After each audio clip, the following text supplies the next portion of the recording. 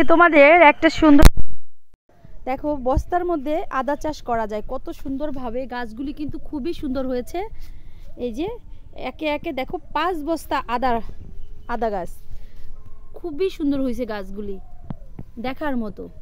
আর আশা করি ফলনও খুব ভালো হবে। দেখছো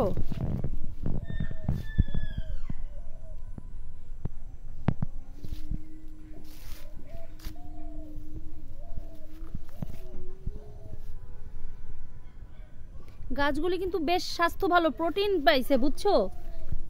কি গোবর ফাঁসে লাগাইছিলা বৌদি? এ বৌদি,